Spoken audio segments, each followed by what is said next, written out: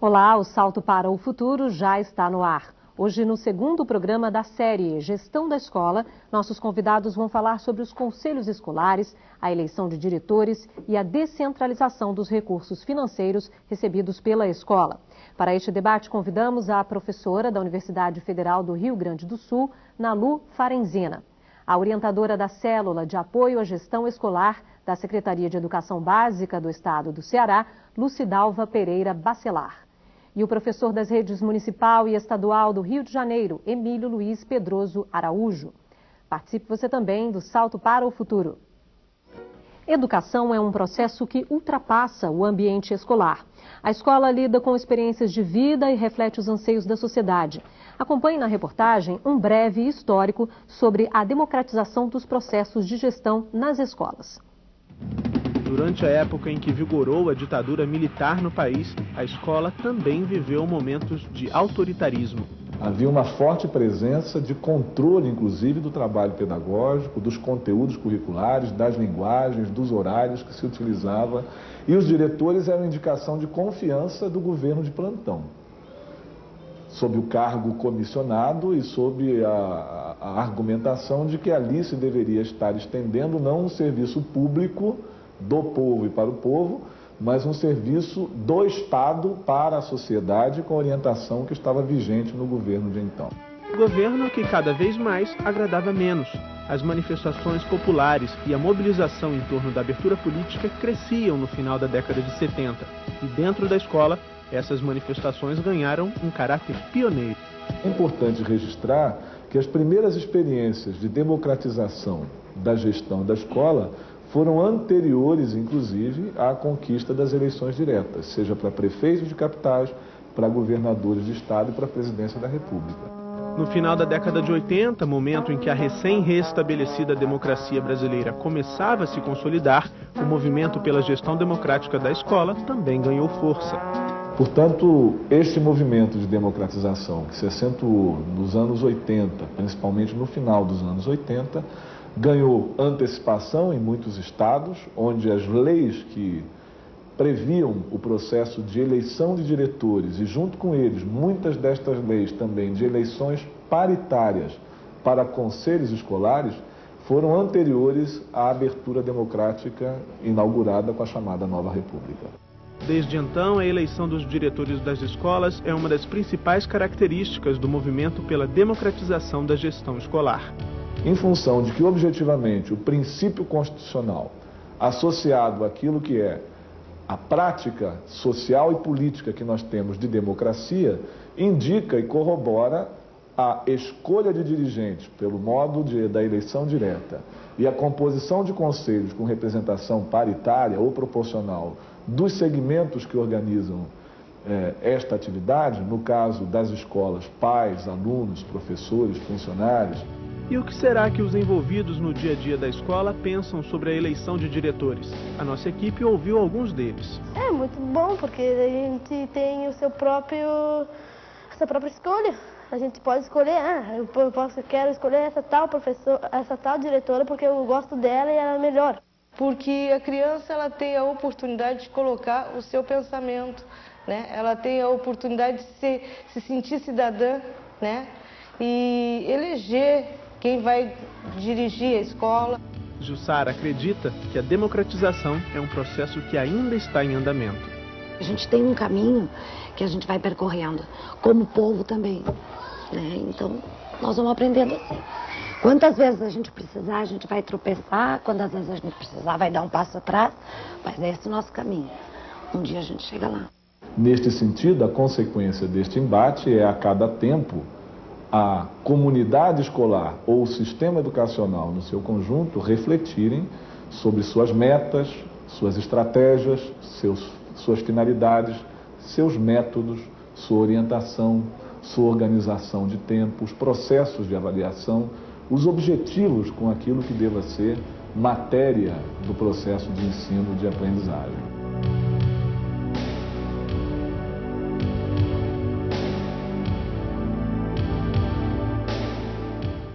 Bom, primeiro eu quero agradecer a presença de vocês no programa de hoje.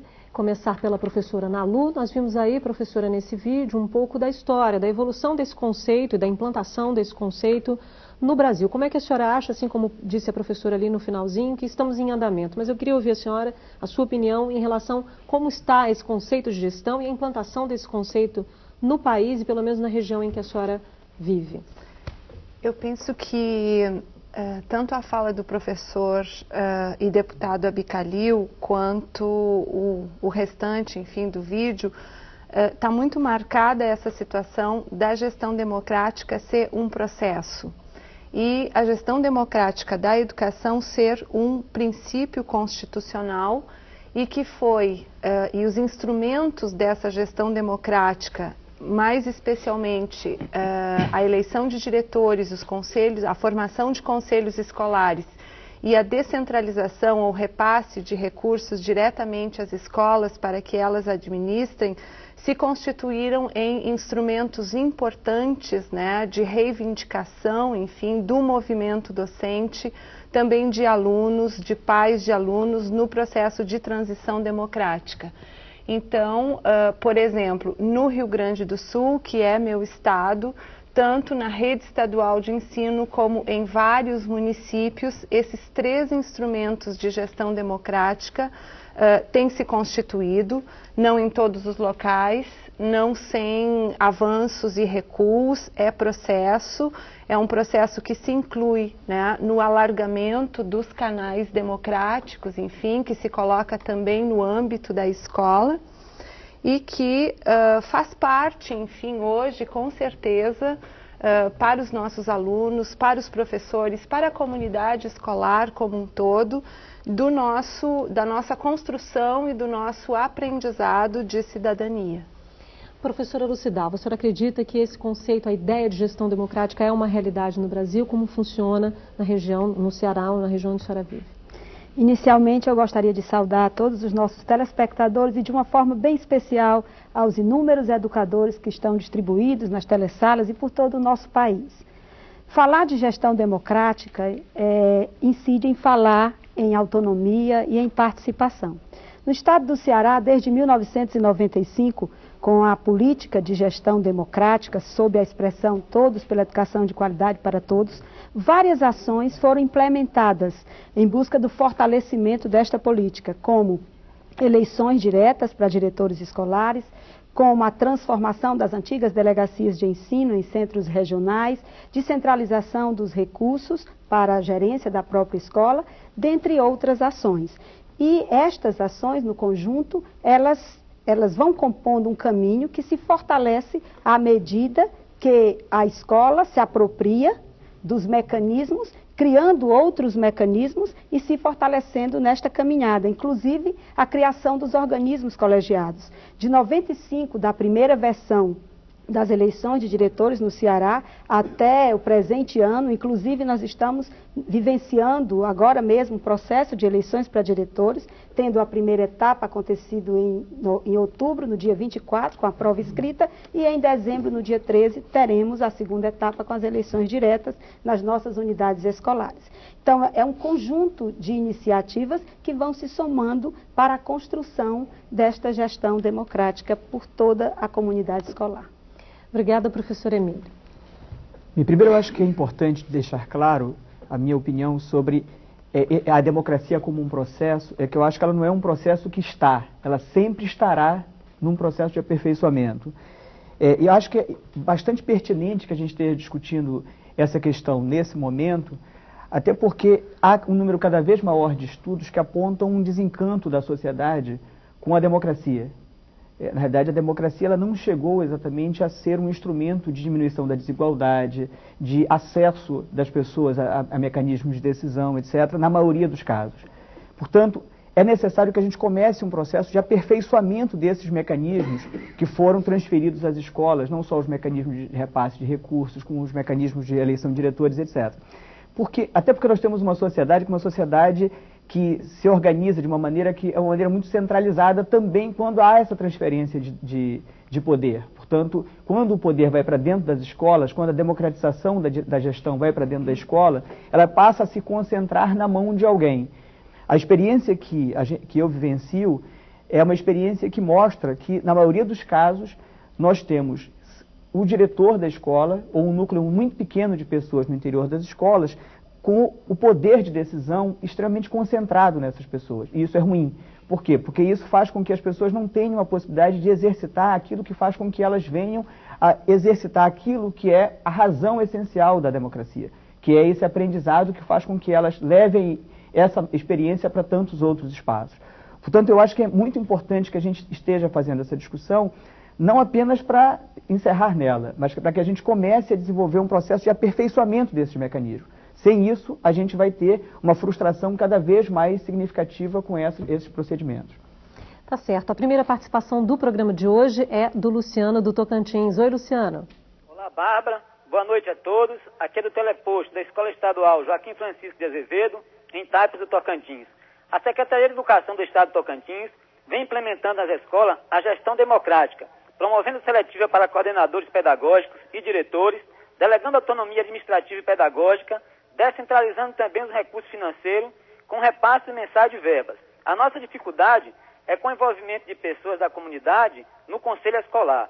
Pergunto aos participantes da mesa quais os encaminhamentos necessários para que, de fato, os membros do conselho escolar participem ativamente das decisões a serem tomadas pela escola, visto que muitos alegam não dispor de tempo e também não querem assumir responsabilidades sem remuneração. Boa noite e obrigado. Obrigada, Luciana, por essa participação. A gente espera ouvir você ao longo dessa série toda, tá bom? Um abraço para você, Luciana. Que bom te ouvir de volta aqui no Ao Vivo. Obrigada. Professora Nalu. Bom, o Luciano nos traz com certeza uma preocupação que é preocupação de muitas escolas e que diz respeito à necessidade, talvez, ou a importância que existe na implantação da participação, da gestão democrática, e ele traz principalmente a questão da participação da comunidade escolar, dos segmentos da comunidade escolar via conselhos escolares, que é a dificuldade de incentivar e conseguir efetivamente, né, que as comunidades participem. É recorrente, eu não tenho dúvida, isso é algo que eu escuto constantemente no meu contato com as escolas, com diretores, muito com professores que são meus alunos também, dessa dificuldade de participação. Em geral, a gente pensa, voltando a falar na questão de construção e de processo, né, que a construção dessa participação também é algo que precisa ser recorrentemente incentivado. Ao mesmo tempo, na fala do Emílio, ele nos traz um aspecto importante de que a questão da participação, que é a de tomar parte realmente, né, a comunidade escolar, todos os segmentos, sentirem que estão efetivamente participando, se isso não acontece, também pode levar a um certo afastamento. Eu acho que existe sim um trabalho, que é um trabalho, acredito que pedagógico, né? Que pode ser desenvolvido, seja pelas direções de escola, seja por segmentos, inclusive, de pais, de professores, de alunos, no sentido de um convencimento. Eu acho que nós podemos também falar de uma sedução, no sentido do encantamento, da importância dessa participação, para que realmente se constituam projetos coletivos. Bom, a gente tem agora perguntas com a Mônica. Os professores Edenir e Kátia, de Lages, em Santa Catarina, dizem que o boletim apresenta a democratização da educação como elemento influenciado por tendências políticas, econômicas, enfim, uma ação da sociedade. Eles querem saber como agregar tais fatores à gestão escolar e ainda equilibrar as situações internas da escola. Professora Lucidalva? Bem, através da participação, o que já é uma tendência que a escola demonstra, acreditando nesta participação, não somente no sentido de colaboração, mas no sentido de desde o planejamento, a execução e na tomada de decisões, a comunidade ela se faça de fato presente. Até concordo com a professora Nalu quando diz que é um trabalho de conquista, que não é fácil. E a escola ela não está fora da sociedade, ela sofre influências desta sociedade e ela influencia também. Então, não se consegue democracia a não ser pela democracia. Então, a escola, através da construção do seu projeto político-pedagógico, ela já diz a que veio, ela já mostra a sua cara. E é importante que este projeto político-pedagógico tenha sido construído por todos que fazem parte da comunidade escolar. Então, há dentro da escola, às vezes, a luta, a gente sente, entre diferentes tendências. A tendência, principalmente, por exemplo, as tendências pedagógicas. Há práticas que são autoritárias, há práticas que são tradicionais. Então, daí é que se convence, este convencimento com esta participação de que a escola ela precisa ter uma sintonia, não um pensamento comum. A divergência ela faz parte do fórum, né, das discussões, e é importante que as pessoas até apresentem essa divergência, ela faz parte do ambiente democrático, da pluralidade de pensamentos que deve coabitar no seio da educação, no seio da escola. Agora, a escola mostrando que vence porque tem um projeto político-pedagógico que foi construído com a participação de todos e que todos estão unidos para que este projeto tenha sucesso. A Célia do Tocantins vai participar agora. Oi, Célia. Boa noite, Bárbara. Convidados. Sou orientadora de aprendizagem do teleposto do Colégio Estadual Bernardo Saião. Sabe-se que a autonomia financeira das escolas, através da gestão participativa da sociedade, ela é fundamental para promover uma educação de qualidade. O que fazer para que esta conquista seja alcançada sem entrar em choque com os administradores, já que se percebe uma resistência quanto a esta descentralização? Obrigada e até amanhã. Até amanhã, Célia. Obrigada por essa participação mais uma vez. Professor Emílio. Eu acho até que, de certo modo, eu me referia a essa resistência, e me parece que a Célia, quando fala dos administradores, ela fala dos mantenedores, portanto, me parece que dos gestores. Eu acho que há um número cada vez maior de experiências no sentido dessa transferência de recursos financeiros para as escolas por parte ou do chefe do executivo estadual ou municipal. Eu acho que essas experiências são experiências que, apesar de muito heterogêneas, elas demonstram uma evolução no sentido da compreensão de que é importante que esse exercício seja realizado.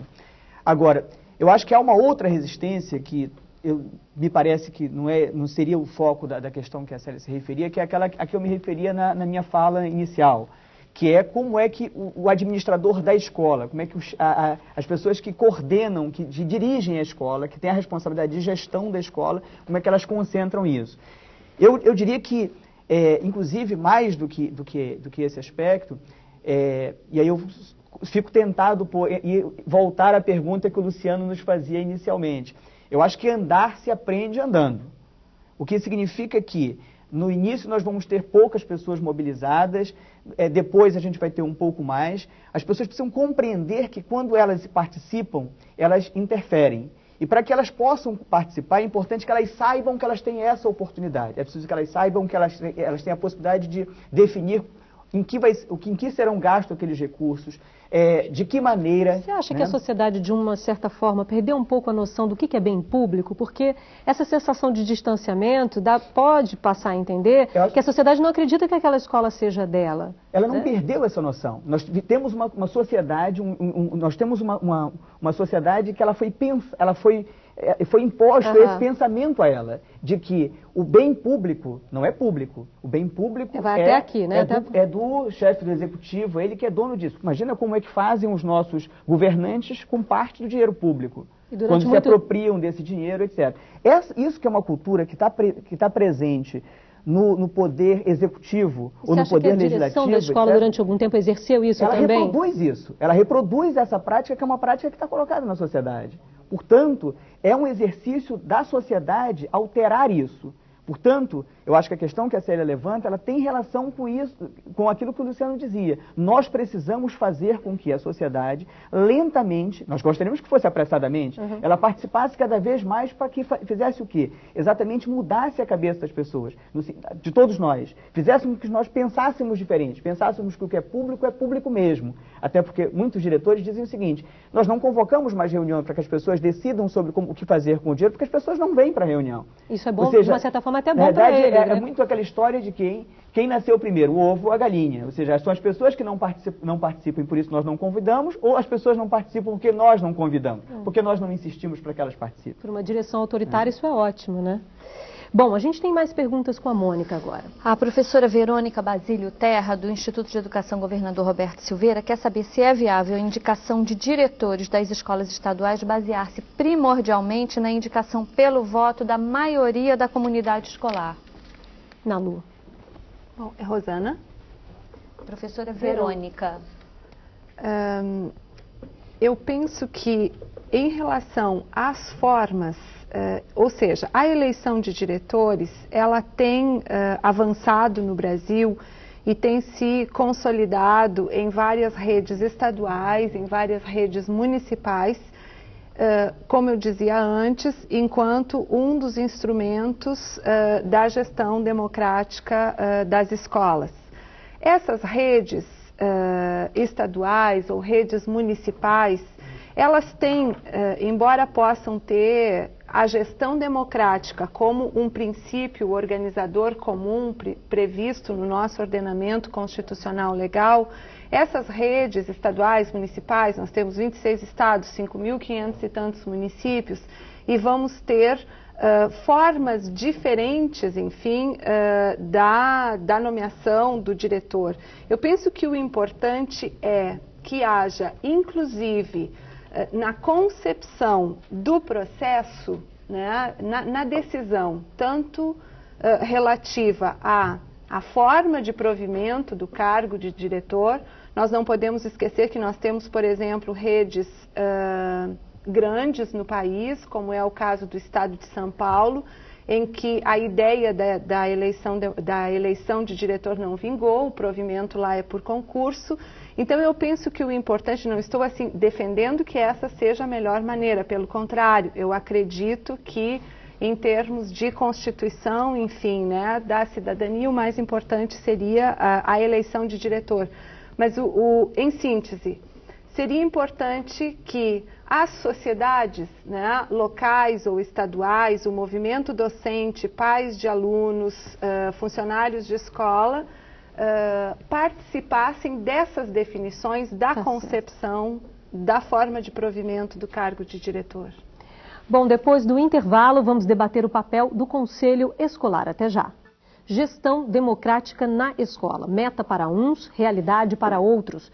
Muitas instituições estão conseguindo que todas as pessoas envolvidas no processo escolar participem das decisões por meio de representantes eleitos. Vamos ver na reportagem como uma escola de ensino fundamental em Porto Alegre faz do seu conselho escolar um espaço democrático. O conselho da escola Deputado Marcírio Goulart Loureiro, em Porto Alegre, é formado por representantes de 4 segmentos: pais, alunos, professores e funcionários, todos eleitos. Cada segmento elege separadamente seus representantes. Se faz uma assembleia, né, e se elege os seus representantes, porque nós não interferimos nas decisões dos outros segmentos. A gente fica por dentro de tudo, dos problemas, né? É isso que eu acho, né? E é bom, né? Porque aí a gente ajuda a escola, né? Resolver. Dona Vera dos Santos, mãe de uma aluna que estuda há 5 anos na escola, faz parte do grupo de 11 conselheiros. Eleita há mais de um ano, Dona Vera diz que sua participação no conselho mudou, inclusive, a forma de acompanhar o desempenho escolar da filha. Mudou porque eu sei tudo que acontece na escola.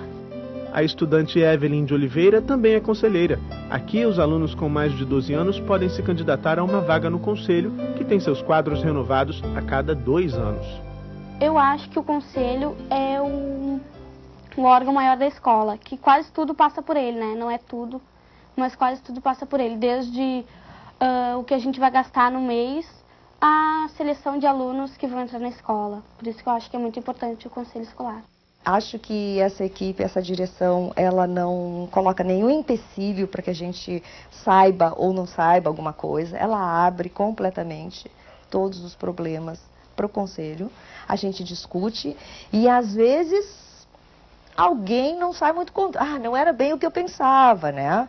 Mas a gente tenta discutir até o momento que há realmente um coletivo pensando, não, isso é o melhor para a escola. A lista de assuntos na pauta de discussões é extensa, da abertura de novas vagas à compra de material esportivo, uma reivindicação do Grêmio Escolar. Os alunos pediram, por exemplo, material esportivo para atividade esportiva. O Grêmio tinha solicitado que eles tenham material à parte deles, porque eles estão pretendendo fazer a monitoria do recreio. Todas as decisões são anotadas na ata da reunião. Além de fiscalizar a utilização de verbas e de acompanhar as ações administrativas, uma outra atribuição do Conselho é debater questões pedagógicas da escola, que é organizada por ciclos e tem 950 alunos matriculados. Hoje mesmo, na reunião, nós discutimos tipos de passeio que vai se fazer, o que se pode fazer e o que os alunos querem, qual o sentido que a gente quer dar a esses passeios. É um sentido pedagógico, então nesse sentido eles têm possibilidade de participação. O presidente do Conselho Escolar ressalta ainda a importância da gestão democrática para a melhoria da qualidade do ensino. Na medida em que tu tem uma gestão democrática com relação aos alunos, a participação deles faz com que eles tenham uma vivência diferente. Mesmo que amanhã depois eles estejam num lugar que não tenha essa participação, eles na realidade, como têm essa experiência de vida, eles vão procurar querer ter isso, querer participar, e vão questionar por que nós não estamos participando. Então, isso é cidadania. Para que eles estão na escola? Para aprender isso. Estou aprendendo muita coisa e também estou dando críticas, estou criticando e estou aprendendo muitas coisas no conselho.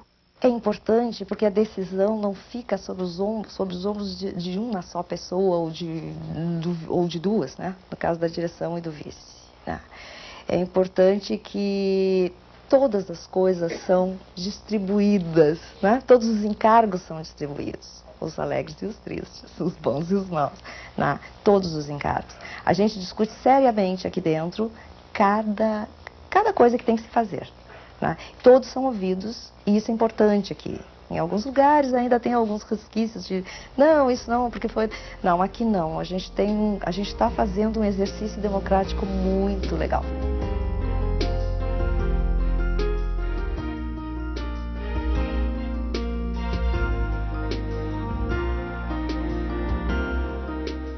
Professora Lucidalva, eu gostaria que a senhora comentasse essa reportagem que a gente acabou de mostrar e falasse também, a gente viu ali nesse conselho especificamente um pouco das atribuições desse conselho. Eu gostaria que a senhora comentasse também qual é o papel do conselho, qual deve ser, quais devem ser essas atribuições desses conselhos escolares.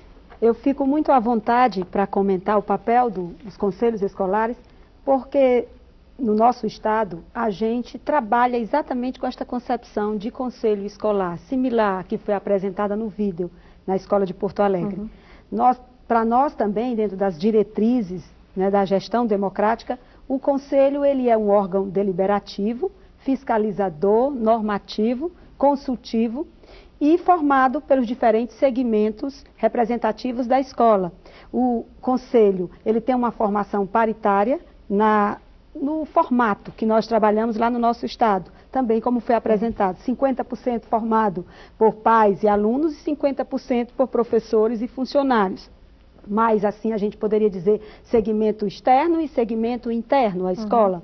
E temos também a representação do diretor, de algum membro do núcleo gestor e de um representante da sociedade civil. Além dos pais e dos alunos, a sociedade civil organizada, uma liderança, também se faz presente no conselho escolar. Agora, o que a gente precisa fortalecer neste formato, neste fórum deliberativo, é exatamente a relação entre os representantes e os representados. Que esta relação ela não esgote exatamente após o voto do representante pelo seu representado. mas que continue. Cada segmento precisa estar organizado, a associação de pais, para que o seu representante retome e delibere as questões junto ao conselho escolar, baseado na opinião, baseado na discussão com seus pares, e assim sucessivamente. Porque pode acontecer desse representante não representar efetivamente o pensamento da sua... A questão da legitimidade destes representantes. Ele vai para o conselho, e assim, mas não... os demais membros do conselho, o Grêmio Estudantil, que a gente está tentando também fortalecer, trabalhar a questão da formação continuada. Por sinal, no plano da educação básica que nós estamos trabalhando nessa administração, no nosso estado, Escola Melhor, Vida Melhor, a gente aponta para o fortalecimento, a modernização da gestão, exatamente pelo aperfeiçoamento dos organismos colegiados. Tá certo. A Maria José do Maranhão participa agora. Olá, Maria José. Olá, sou Maria José Barreto. A pergunta é das cursistas do teleposto de Bacabal, Maranhão.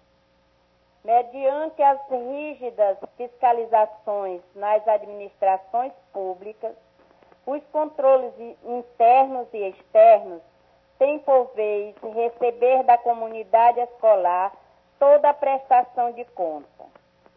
Porque, com toda essa fiscalização, ainda acontecem fraudes, e qual a pena que os fraudadores devem pagar? Boa noite e obrigada.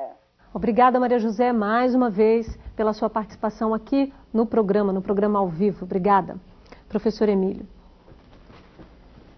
Qual o nome dela? Maria José. Maria José. Eu acho que a questão que a Maria José levanta é uma questão suficientemente complexa que daria para a gente discuti-la sobre vários aspectos. Mas por que eu acho que ainda continuam acontecendo fraudes? Primeiro, por conta de toda uma prática que é uma prática muito corriqueira.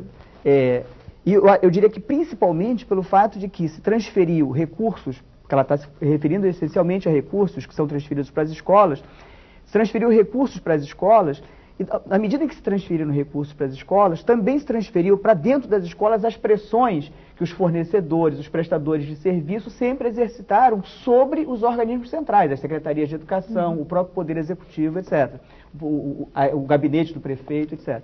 Portanto, na medida em que se transferiu essa pressão para as direções das escolas, ou mesmo para os conselhos, é evidente que também se transferiu as possibilidades e os mecanismos de fraude que ocorriam ou na Secretaria de Educação, ou que continuam ocorrendo na Secretaria de Educação, ou no gabinete do prefeito. Eu acredito o seguinte, que é necessário que sempre que sejam detectadas fraudes, é necessário que essas pessoas cumpram, paguem exatamente da mesma maneira que os secretários de Educação respondam por isso, façam a devolução de recursos que eventualmente foram desviados para os cofres públicos, da mesma maneira que nós devemos estabelecer mecanismos de aperfeiçoamento da democracia e do controle, tanto externo quanto interno, dos nossos órgãos administradores, de modo que isso também seja feito dessa maneira. Ou seja, é necessário que as pessoas paguem por aquilo que é desviado. O que é fato é que muito poucas vezes isso é detectado.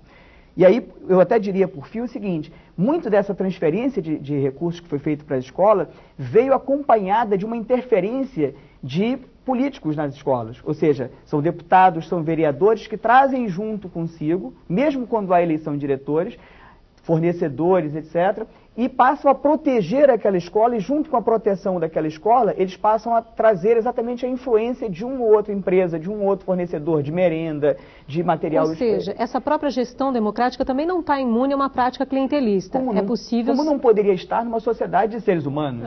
Né? A ideia é que isso se discuta também dentro desse... Isso é um processo que a gente vai ter que aperfeiçoar permanentemente. Ou seja, mesmo quando a gente diminua isso a uma parte ínfima na sociedade, ela vai continuar existindo. Tá certo. Bom, Mônica, a gente tem muitas perguntas com você. Hoje você está difícil, tá difícil. Mas vamos lá, vamos tentar, né? Não der para responder a todo mundo, mas a gente vai tentar responder. Com certeza, Bárbara.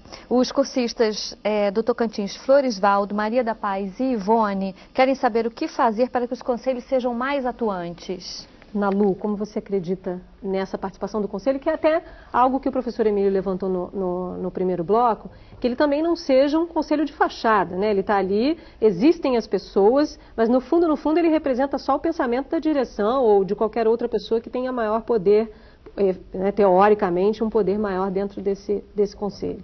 Sim, eu penso que além de uma responsabilidade que eu já havia inclusive falado antes, né, dos próprios professores ou de grupos de pais ou de grupos de alunos ou de diretores da escola, no sentido, enfim, de promover, de incentivar essa participação, eu gostaria de tocar também num outro ponto que diria respeito, mais especificamente, aos próprios professores, a formação dos professores, né?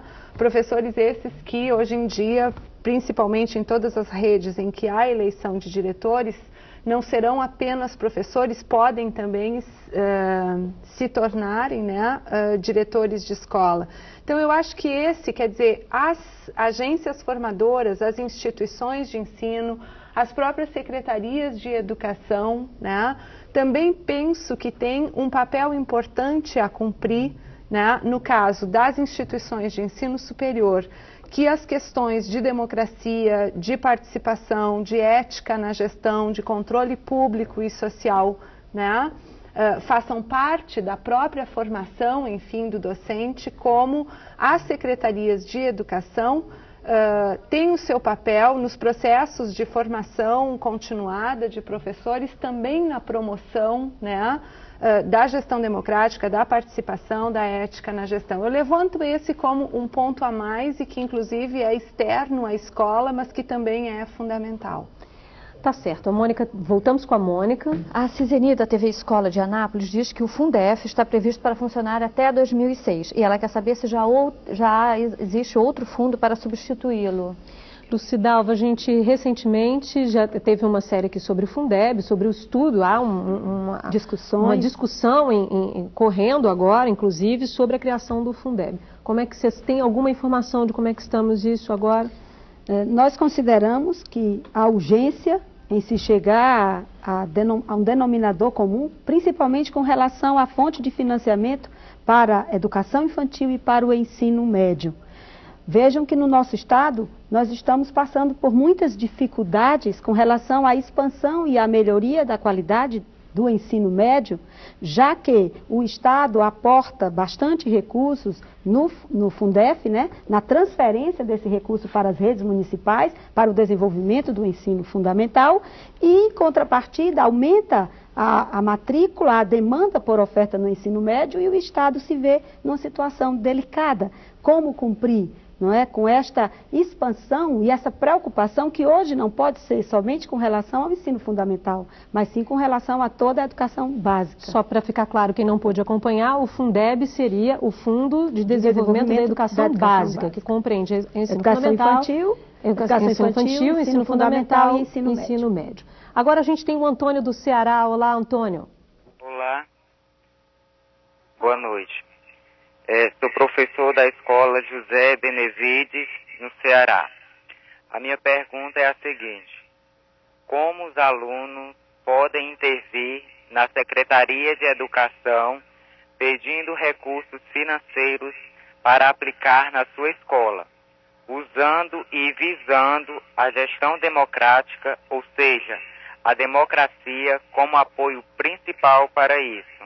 Obrigado e boa noite. Obrigada, Antônio, por essa participação. Professor Emílio. Eu diria que a pergunta do Antônio seria muito mais apropriada para a Lucia responder. Fique à vontade, correto? fique à vontade, Lucidalva. Bem, nós na Secretaria da Educação, nós temos um projeto chamado Projeto Manutenção, que nós transferimos para as escolas em cotas mensais, para pequenos serviços e para manutenção, material de consumo, material de expediente.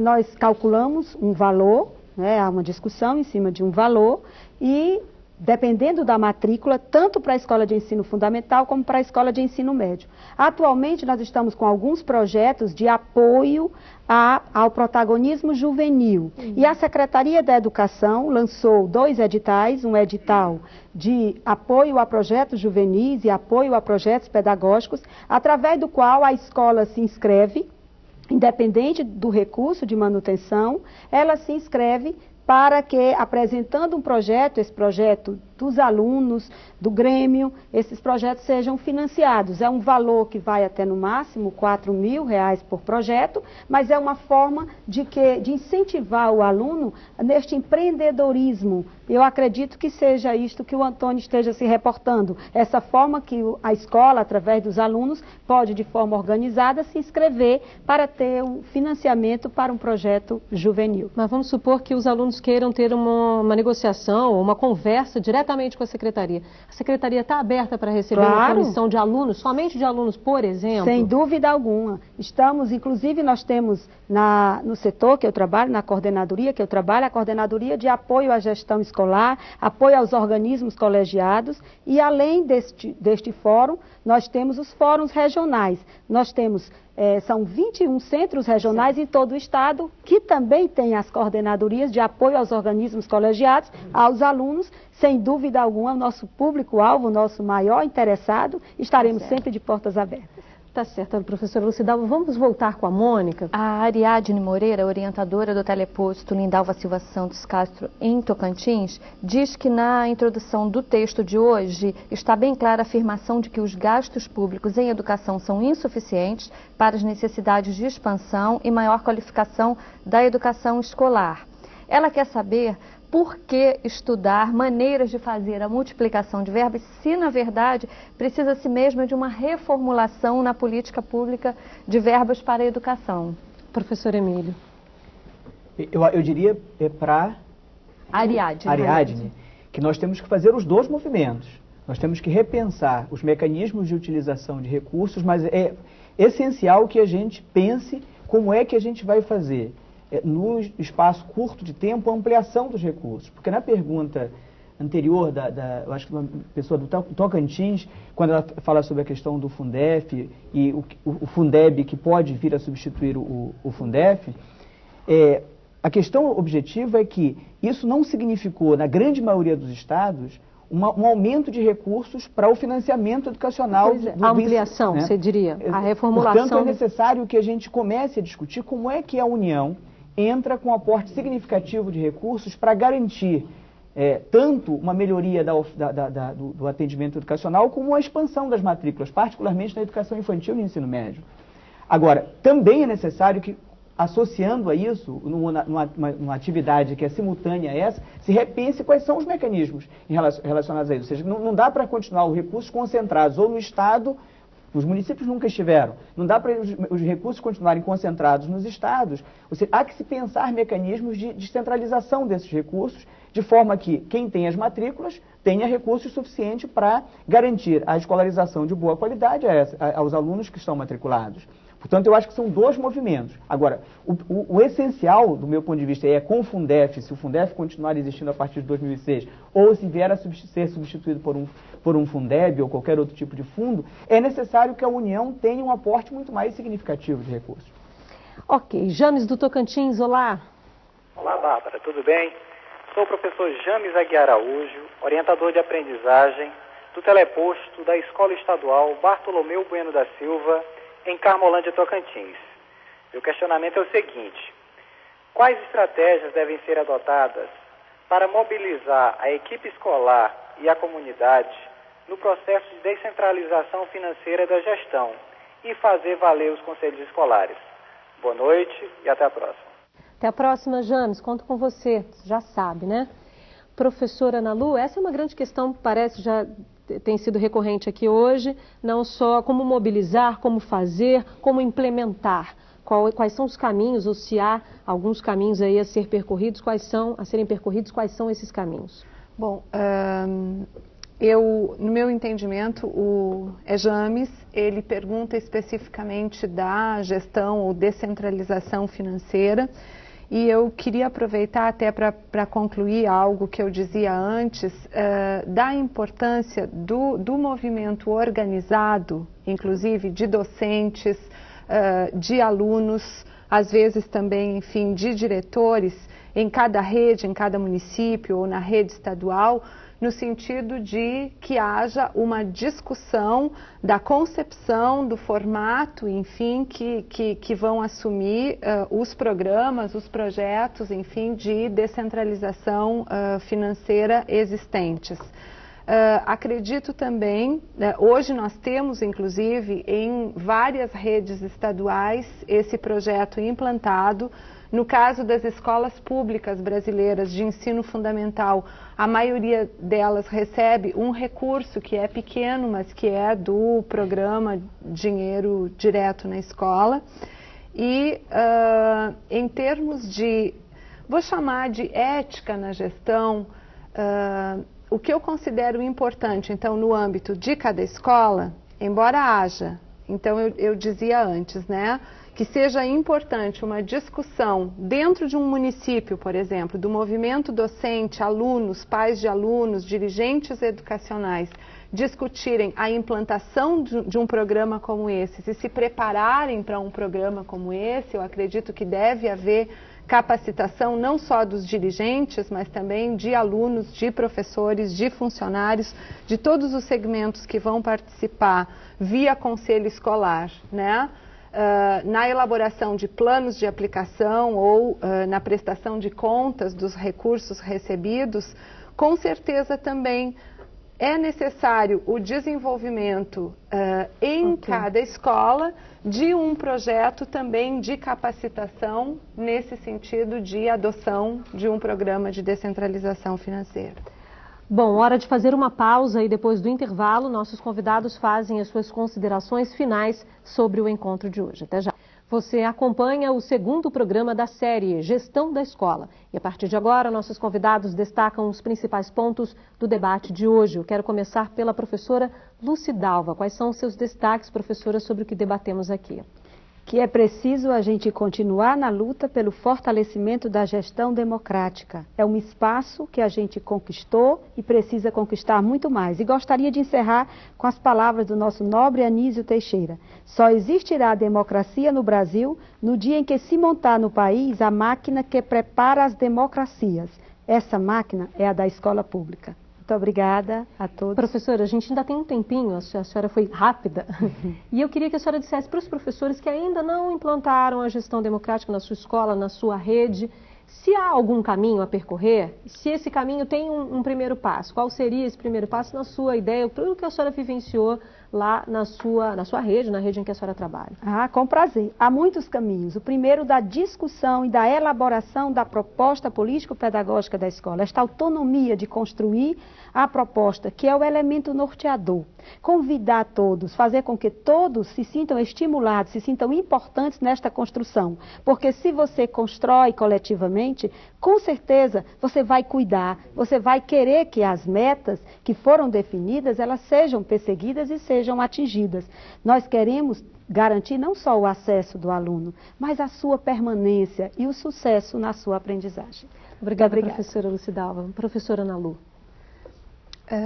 Hoje em dia, quando eu gostaria assim, de falar especificamente do tema da descentralização financeira, do repasse de recursos para serem administrados diretamente para as escolas, muitos programas falam que tem como objetivo, através desses programas, a garantia da construção do projeto político-pedagógico da escola, ou a eficiência, ou a agilidade, ou a participação. Eu gostaria também de lembrar, né, já que começamos esse programa, inclusive, falando da história, né, da defesa da gestão democrática como princípio, que esse instrumento de descentralização, ele também teve em suas origens, a garantia da gratuidade do ensino através do repasse, ou seja, evitar que as escolas tenham que constantemente gerar recursos, seja através da cobrança de contribuições espontâneas ou outras formas, enfim, encontradas,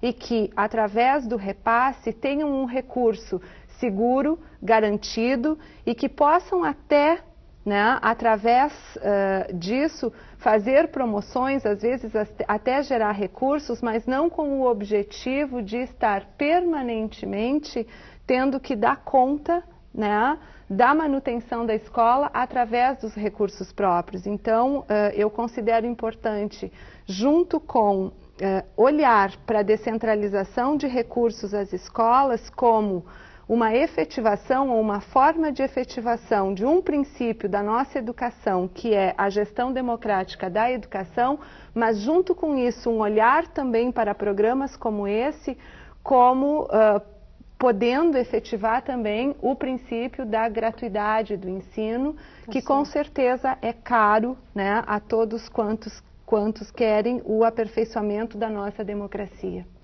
Obrigada, professora Ana Lu. Professor Emílio, seus destaques.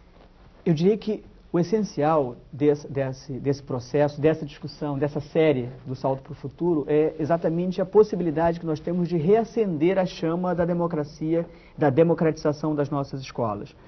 E nesse sentido, eu acho que quando a gente pensa em reacender a chama, significa que cada uma das pessoas que está participando de maneira tão efetiva desse debate, pense não só no espaço da sua escola, mas como no espaço das suas redes, das suas comunidades, etc. Como é que a gente pode fazer para aperfeiçoar esses mecanismos de democracia que a gente conquistou de maneira tão dura, né? Tantas pessoas morreram, tantas pessoas foram presas, reprimidas, no processo em que a gente vivenciou as conquistas da democracia no Brasil e nas nossas escolas. E aí, nesse sentido, é que eu gostaria de deixar duas contribuições aqui para que a gente pensasse sobre isso. Eu acho que, na verdade, duas contribuições que podem ser sintetizadas numa compreensão que é a seguinte: eu creio que, da mesma maneira que existem processos de indução da democracia ou da democratização, da transparência, feitas a partir do centro, por exemplo, a legislação federal obriga tanto os governos estaduais quanto os governos municipais a apresentarem suas contas, a darem publicidade às suas contas públicas, a licitarem com transparência, etc, etc. Portanto, eu acho que é possível que a gente pense em mecanismos onde as secretarias de educação municipais e estaduais proponham mecanismos, exercitem mecanismos com as suas escolas que sejam mecanismos que também induzam exatamente a essa forma de transparência. Para dar dois exemplos. A definição, por exemplo, de preços, quer dizer, fazer cotação de preços mínimos, cotação de preços máximos, fazer com que esses mecanismos sejam mecanismos que dê transparências à gestão. Desculpe, mas nosso tempo já acabou mesmo.